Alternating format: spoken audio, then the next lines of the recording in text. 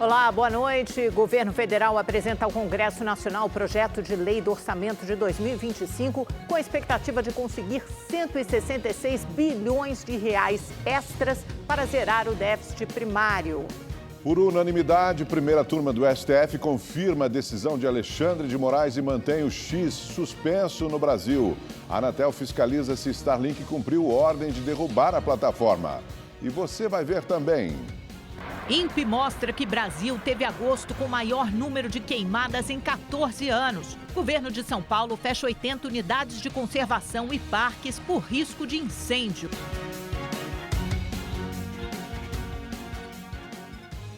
A polícia de Minas Gerais concluiu que o desaparecimento de uma jovem na Grande Belo Horizonte tem relação com tráfico humano. A vendedora de 22 anos estaria na Espanha e não se comunica com a família há 2 semanas. A filha de seu Washington, Laisa Vitória Brito dos Reis, está desaparecida desde o dia 20 de agosto. A mensagem de voz enviada no Dia dos Pais foi o último contato que ele recebeu da jovem. Ô pai, boa tarde. Feliz Dia dos Pais pra você, tá bom? Não deu pra me poder ir não, porque eu tô no sítio. A gente não sabe, né, como é que ela tá, se tá bem, se tá viva, o que que tá acontecendo com ela. Ela tinha costume de viajar, mas assim, era coisa rápida, era 2, 3 dias, ela sempre estava dando notícia. Aí a partir do dia 20 do mês passado, ela não respondeu mais na rede social, não respondeu mais nada a gente. Segundo o pai, antes de desaparecer, a filha, que mora em Santa Luzia, na Grande BH, chegou a contar para as amigas que faria uma viagem para o Rio de Janeiro com um rapaz que conheceu dias antes. O sumiço de Laisa foi registrado aqui na delegacia especializada em pessoas desaparecidas. Os investigadores descobriram que a jovem embarcou para a Espanha no mesmo dia que deixou de fazer contato com a família. Segundo a Polícia Civil, a mineira foi vítima de tráfico humano e tem dificuldade de voltar ao Brasil. Laisa chegou a fazer uma chamada de vídeo para uma amiga quando já estava em poder da quadrilha. Pegaram o passaporte, pegaram tudo dela. Gente, ela está correndo um grande risco. O caso foi encaminhado para a Polícia Federal. O coração da gente fica, né, apertado. Não tem notícia, não sabe o que está se passando e é muito difícil a situação. 4 pessoas morreram e 16 ficaram feridas num acidente de ônibus na BR-324, na cidade de São Sebastião do Passé, na Bahia. O veículo perdeu o controle e caiu numa ribanceira. O ônibus, que saiu da cidade de Canarana, levava pacientes para fazer tratamento de saúde em Salvador. A Prefeitura de Canarana decretou luto de 3 dias. Policiais do Departamento de Investigações Criminais de São Paulo desarticularam uma rede de distribuição de perfumes falsificados na zona leste da capital paulista. Mais de 1 milhão de itens foram apreendidos e passaram por perícia. Além dos agentes, representantes de empresas internacionais que tiveram prejuízo com as falsificações também participaram da operação. Um suspeito de operar o esquema será investigado por crime contra a propriedade industrial. A polícia do Rio de Janeiro indiciou o influenciador que atropelou e matou o fisioterapeuta Fábio Toshiro em julho. Fábio tinha se casado horas antes da tragédia. O repórter Tony Vendramini tem mais informações. Boa noite, Tony. Essa história é absolutamente trágica. Boa noite, Amanda. Boa noite, Augusto. Boa noite a todos que nos acompanham. Exatamente. E o influenciador Vitor Bellarmino foi indiciado por homicídio doloso, quando há intenção de matar, fuga do local do acidente e omissão de socorro. As 6 mulheres que estavam no carro que o Vitor dirigia também foram indiciadas por omissão de socorro. A investigação concluiu que no trecho anterior ao atropelamento do fisioterapeuta Fábio Toshiro, que havia acabado de casar, né, o Vitor dirigia a uma velocidade ali entre 109 e 160 km por hora. Portanto, muito acima da velocidade permitida, que naquele local é de 70 km por hora. Segundo a perícia, se o Bellarmino tivesse dentro dos limites, ele teria... Perdemos o contato com o Tony, retomamos então depois em seguida. A cantora Sula Miranda foi assaltada por um criminoso de bicicleta na Barra Funda, na zona oeste de São Paulo. Veja as imagens. A câmera de segurança mostra o momento do furto do celular dela. A Apesar do susto, a cantora está bem. Com a previsão de aumento de R$ 97 no salário mínimo, o governo federal apresentou ao Congresso Nacional o projeto de lei do orçamento de 2025. Além de reduzir despesas, a expectativa do Palácio do Planalto é conseguir 166 bilhões de reais extras para cumprir a meta de zerar o déficit primário. Para conseguir uma arrecadação maior e garantir fundos suficientes para não ficar no vermelho, o governo federal aposta principalmente no dinheiro que virá de programas especiais de renegociação de dívidas de empresas, cerca de 30 bilhões de reais. Além disso, pretende apertar o cinto, revisando gastos com pessoal e programas como Bolsa Família. A ideia é economizar quase 26 bilhões de reais. O texto do projeto orçamentário para 2025, apresentado ao Congresso Nacional na sexta-feira, foi detalhado hoje em Brasília. Para o Ministério da Fazenda, outro fator que deve ajudar no resultado positivo são as medidas econômicas aprovadas no ano passado. A gente tem visto o crescimento da receita real acima de 9% de todas as receitas federais. Quando o país cresce 2,9%, esse ano 2,5%, um pouco mais, nós estamos vendo a receita crescendo acima de 9%, se olhar o nominal, quase 15%, o que é, de fato, o resultado de um esforço que foi feito ano passado pelo conjunto das instituições brasileiras, tanto do governo federal quanto pelo Congresso e também pelo Judiciário. A proposta orçamentária será analisada por deputados e senadores em uma sessão conjunta.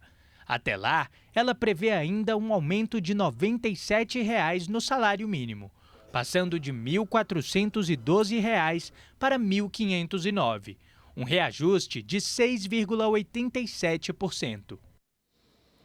O Recife recebeu hoje o Fórum Nordeste. O principal assunto discutido por várias autoridades do país foi a transição energética. Eduarda Lapenda tem mais informações. Olá, Amanda, Augusto, boa noite a vocês e a todos. A 13ª edição do Fórum Nordeste aconteceu hoje aqui no bairro do Recife.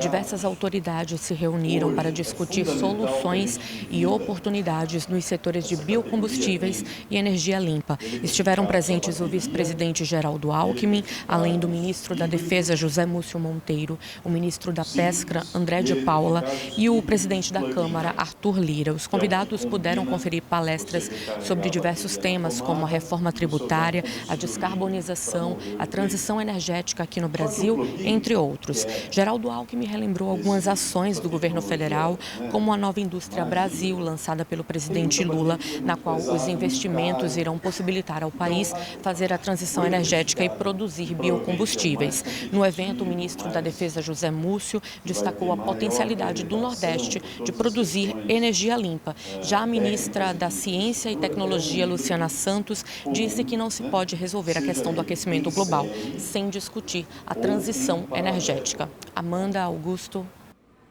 O governo de São Paulo fechou 80 unidades de conservação e parques localizados na região metropolitana e no interior do estado. A decisão foi tomada pelo crescente risco de incêndios florestais. Os 80 parques na região metropolitana e no interior paulista vão ficar fechados até o dia 12 de setembro. Segundo a Fundação Florestal, órgão ligado à Secretaria do Meio Ambiente, a decisão foi tomada em resposta aos riscos de incêndios florestais que colocam em perigo tanto os visitantes quanto as áreas de preservação. As queimadas no interior de São Paulo já destruíram milhares de hectares da vegetação. Em agosto, o Brasil registrou mais de 68 mil focos de queimadas, de acordo com dados do INPE. É o pior resultado para o mês desde 2010. Só no estado de São Paulo foram mais de 3 mil focos. Esse número também representa um recorde histórico em relação aos meses de agosto desde 1998. Em comparação com o mesmo período de 2023, os incêndios registraram alta de 989% em São Paulo. E de acordo com a Secretaria Estadual de Segurança Pública, 11 pessoas foram detidas por envolvimento em incêndios criminosos que atingem o estado de São Paulo desde o dia 22 de agosto. Em São Paulo, as queimadas e a onda de calor, que inclusive volta a atingir o estado a partir de hoje, fazem cair a qualidade do ar. A baixa umidade, que ajuda a provocar os incêndios, e a poluição na cidade de São Paulo podem prejudicar a saúde dos paulistas. Veja na reportagem de Giovanni César. Tempo nublado e fechado, mas as nuvens não são de chuva, e sim de poluição. Com uma onda de calor chegando e a umidade relativa do ar muito baixa, haja pulmão. Rapaz, tá enrolado, hein? Com esse arzinho aí, o negócio tá pegando, os olhos ardem tudinho, mano. Acabou a Covid, eu não tô usando muita máscara, né? Mas o único jeito assim de evitar um pouco é usando a máscara, né? Agosto registrou o pior índice para a umidade do ar nos últimos 3 anos na cidade de São Paulo.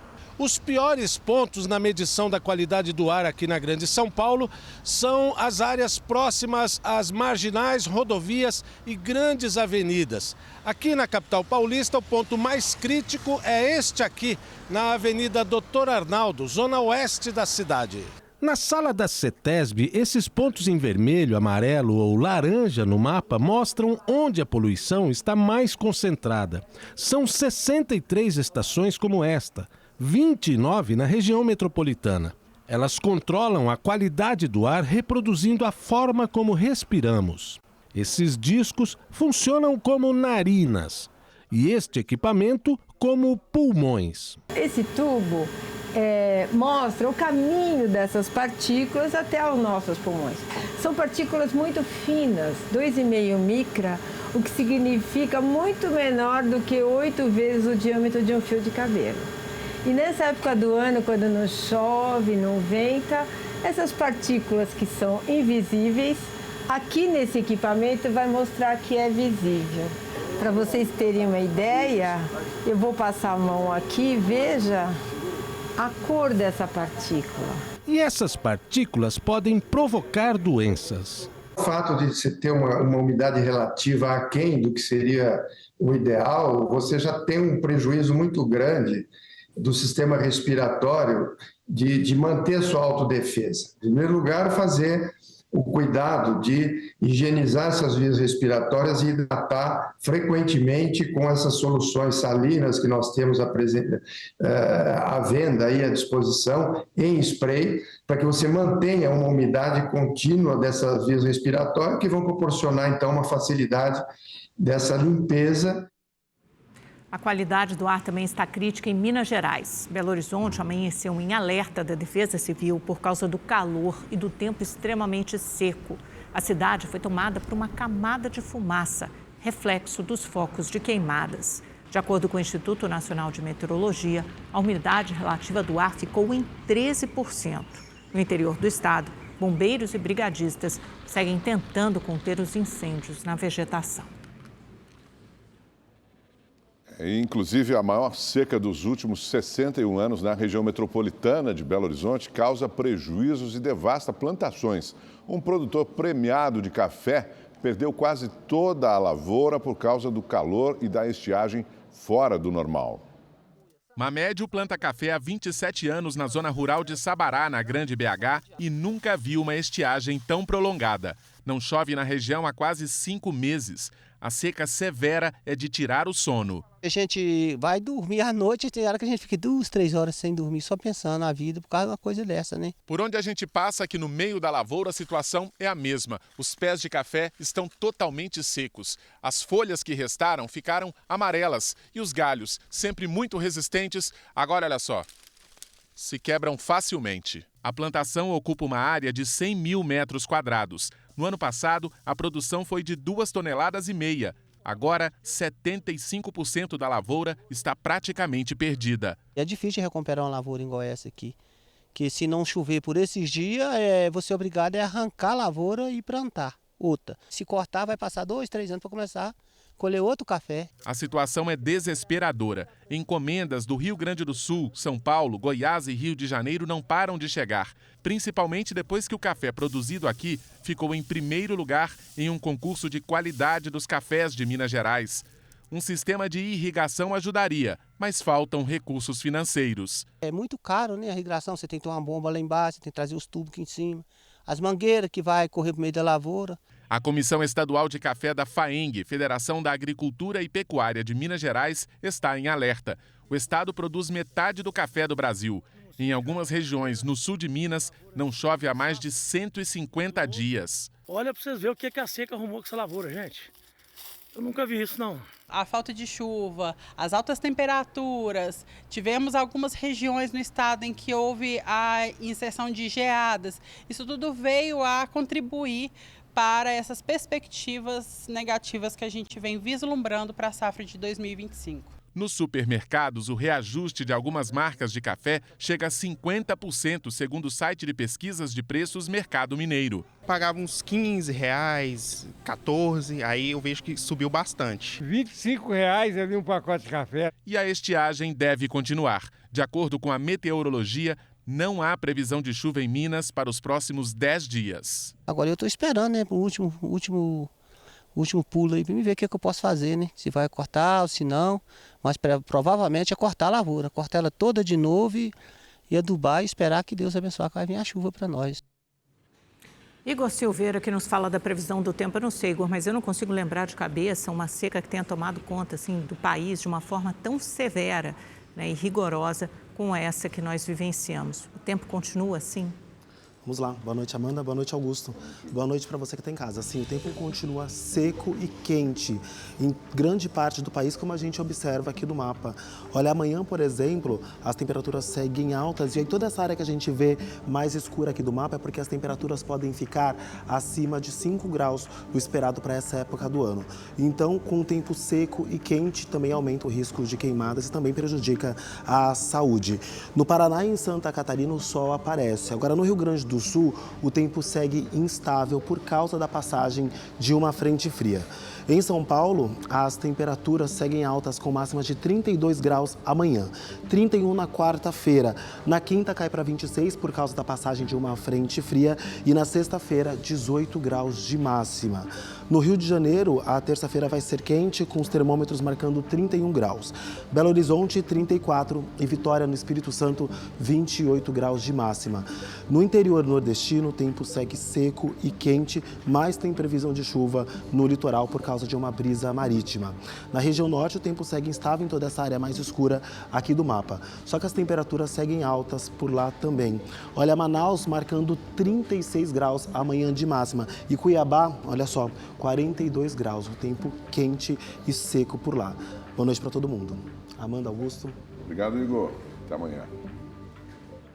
E o apagão que deixou milhares de imóveis e ruas sem luz nas cidades de São Paulo e Guarulhos no final de semana foi provocado por uma pipa. O objeto caiu em uma rede de transmissão da Eletrobras. Uma câmera de segurança da subestação de Guarulhos registrou o curto-circuito que provocou o apagão. As distribuidoras Enel, que fornece energia elétrica para São Paulo, e EDP, que fornece para Guarulhos, estabeleceram os serviços gradativamente. O ex-sargento da Polícia Militar do Rio de Janeiro, Elcio Queiroz, que participou da morte de Marielle Franco e Anderson Gomes, voltou a prestar depoimento hoje no Supremo Tribunal Federal. O ex-PM respondeu questões das defesas dos irmãos Brazão, acusados de mandar matar a vereadora em 2018. Quem acompanhou o depoimento e traz as informações ao vivo é o repórter Marcos Amoroso. Boa noite para você, Marcos. O que Elcio Queiroz disse nesse segundo depoimento ao STF? Boa noite, Augusto, Amanda e a todos que nos assistem. Inclusive, esse segundo depoimento dele foi mais curto que o anterior, que foi na sexta-feira.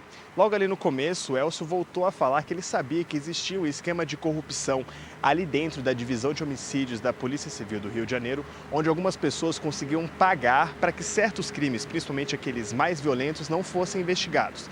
Elcio, porém, negou que teria conhecimento, na época, de que o crime de Marielle, o crime que acabou culminando no assassinato de Marielle Marielle Anderson estivesse entre esses crimes que não seriam investigados. O ex-policial também afirmou que Rony Lessa, o assassino confesso de Marielle Anderson, ele prometeu a entrega de alguns terrenos como forma de pagamento pelo crime somente depois que ambos já estavam presos. Elcio deixou claro que Lessa não demonstrou nenhuma preocupação se o carro onde eles estavam seria flagrado por alguma câmera de segurança ali na rua onde aconteceu o assassinato. E que Lessa, naquele momento, só tinha uma coisa na cabeça: a execução da vereadora Marielle Franco. Ao ser questionado se ele teve a chance de desistir da participação no assassinato, Elcio afirmou que assim que entrou no carro com Lessa, ele sabia que não poderia voltar atrás, porque ele poderia ser assassinado como forma de queima de arquivo, assim como outros envolvidos no crime assim foram. Vamos acompanhar o que Elcio disse.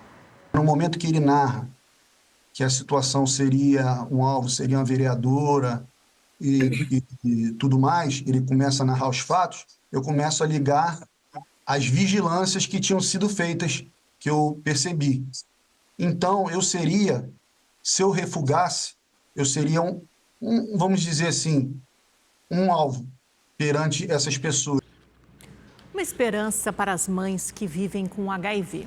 Uma pesquisa feita pela Unirio mostra que a carga viral de mulheres que fazem o tratamento da AIDS pode ser baixa o suficiente para não transmitir o vírus para o bebê durante a amamentação. Essa mulher, que prefere não ser identificada, foi diagnosticada com HIV há 2 anos, durante um exame de rotina. Ela já era mãe e planejava engravidar novamente. Há 24 dias nasceu o segundo filho, mas dessa vez não vai amamentar. Depois de uns dias, você vê, né, aquele carinho, tudo, a ficha caiu um pouquinho. Aí eu chorei, tudo, mas aí com a conversa, né, quando você tem umas pessoas que te entendem, minha comadre, meu esposo conversou comigo, ele só de ter meu carinho, meu cheiro, já ia, né, suprir isso. No Brasil, o Ministério da Saúde orienta que a amamentação não seja feita por mulheres vivendo com HIV, por causa do risco de transmissão do vírus para o bebê. Mas uma pesquisa realizada pela Universidade Federal do Estado do Rio de Janeiro pode contribuir para mudar esse protocolo. Os pesquisadores do Hospital Universitário Gafrey Guinle analisam em laboratório o colostro de mulheres vivendo com HIV, que é o leite produzido logo após o parto. Nas amostras, descobriram que, fazendo uso contínuo da medicação antirretroviral, o vírus permanece indetectável, ou seja, ele não é transmitido. A medicação, ela mudou muito e ela se tornou muito mais potente. Há muitas mulheres que engravidam com carga viral não detectável, mantêm adesão durante toda a gestação e quando elas têm os bebês, elas continuam com carga viral detectável. Para a gente conseguir avançar nisso, fazer um protocolo de amamentação, a gente tem que ter muita segurança em que esse leite não vai estar contaminado. A pesquisa começou há 6 meses e vai analisar o leite de 30 mulheres. Das 15 amostras estudadas até o momento, apenas uma apresentou resultado detectável para o vírus, em uma mulher que havia interrompido o tratamento durante a gestação. Após a conclusão do estudo, um relatório será enviado com os resultados para o Ministério da Saúde e passará por análise do Conselho de Ética. Uma doença que não tem cura, mas pelo menos tem um pouquinho de esperança, já faz, né, nosso coração ficar quentinho. O ministro de Portos e Aeroportos esteve hoje no Rio de Janeiro e anunciou investimentos de cerca de 800 milhões para melhorar a infraestrutura no setor. Silvio Costa Filho anunciou investimento de mais de 400 milhões de reais para a dragagem do Porto do Rio. A obra vai permitir o acesso de navios de maior porte, facilitando o escoamento da produção. Em abril, o governo já havia investido 163 milhões para aprofundar o canal de acesso. A gente tem trabalhado para poder ampliar os nossos leilões, os nossos arrendamentos, que isso vai prover desenvolvimento, crescimento econômico, vai gerar emprego e renda, que é fundamental. A expectativa é que o Porto do Rio passe a se destacar nacional e internacionalmente. Dados da Agência Nacional de Transportes Aquaviários mostram que já no primeiro semestre, a Portos Rio, que é a autoridade portuária fluminense, teve aumento de 23% em comparação ao mesmo período do ano passado, totalizando movimentação de 36,7 milhões de toneladas em cargas. Em seguida, o ministro veio para o aeroporto Santos Dumont para anunciar investimentos também no terminal. Serão 400 milhões de reais aplicados em infraestrutura até 2027. O objetivo é melhorar a movimentação dos passageiros e a segurança do tráfego das aeronaves no solo. Além da implantação de novos sistemas para reduzir a possibilidade de acidentes, a previsão é de reformas nas áreas de circulação, como elevadores, sanitários e escadas rolantes. O ministro disse que vai discutir o aumento da capacidade de passageiros no Santos Dumont, que vem reduzindo o número de voos para ampliar o fluxo no Galeão. Vamos ter mais um ano com crescimento do PIB de 3% e automaticamente, na hora que a economia cresce, na hora que o desemprego diminui, as pessoas começam a viajar mais pelo Brasil.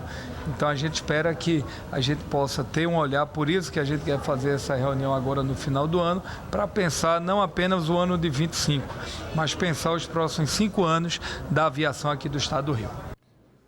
A CGU, a Controladoria Geral da União, encaminhou ao ministro do Supremo Tribunal Federal, Alexandre de Moraes, um pedido para ter acesso a todas as provas colhidas durante as investigações sobre a venda ilegal de joias da Arábia Saudita feita pelo ex-presidente Jair Bolsonaro. O objetivo é dar continuidade ao inquérito interno aberto pela CGU. Moraes é relator do processo no STF. Em julho, Bolsonaro foi indiciado pela Polícia Federal por apropriação de bens públicos, associação criminosa e lavagem de dinheiro. O ex-presidente nega as irregularidades. E o fim de semana também foi de Copa HB20 aqui na Rede TV. A corrida 2 da Copa HB20 em Cascavel, no Paraná, só foi liderada por um piloto, Enzo Gianfratti. Seguido por Bruno Testa, Enzo sustentou a liderança e foi o grande vencedor na categoria Pro.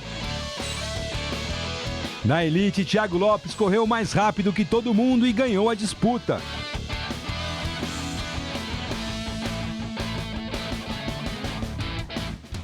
Na Super, Deuli Dias na primeira posição. A próxima etapa da Copa HB20 acontece nos dias 12 e 13 de outubro, no Autódromo de Tarumã, em Viamão, no Rio Grande do Sul. A semana esportiva será muito intensa por aqui, portanto temos esse jogo da sexta. Domingo tem mais futebol americano ao vivo aqui com Steelers e Falcons e por isso vocês vão me aguentar bastante nesse jornal durante a semana, viu? Essa semana é dedicada a vocês, Napoleão, sem dúvida. NFL no Brasil. Obrigada, querido. O mercado financeiro manteve praticamente estável a previsão de inflação para 2024, que passou de 4,25% para 4,26%. A meta de inflação do governo para esse ano é de 3%, com intervalo de tolerância de 1,5 ponto percentual para cima ou para baixo, podendo chegar a 4,5%.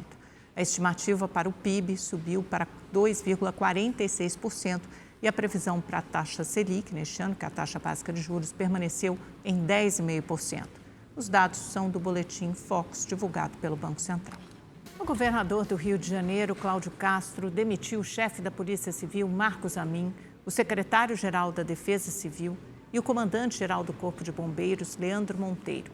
Agora, assumem os cargos, respectivamente, o atual diretor do Departamento de Homicídios, Felipe Cury, e o corregedor-geral da Secretaria da Saúde, Tarcísio Antônio de Salles Júnior. Os motivos da troca não foram divulgados. O ministro Dias Toffoli, do Supremo Tribunal Federal, retomou a validade do júri que condenou 4 réus pelo incêndio da Boate Kiss em Santa Maria. A tragédia deixou 242 mortos em 2013. O magistrado aceitou o pedido do Ministério Público e reverteu a decisão do Tribunal de Justiça do Rio Grande do Sul, que havia cancelado a condenação no ano passado. As defesas dos 4 réus confirmaram que eles já foram presos novamente. E uma última notícia, a tenista Beatriz Haddad venceu a ex-número 1 do mundo, Caroline Wozniak, por 2-1 e avançou às quartas de final do US Open. É a primeira vez que Bia chega tão longe no torneio. Bia também é a primeira brasileira a alcançar as quartas do US Open em 56 anos, desde Maria Esther Bueno em 1968. O Rede TV News fica por aqui com essas duas boas notícias. Obrigada pela sua companhia. Nos vemos amanhã a partir das 7h10 da noite. Até lá. Boa noite e até amanhã.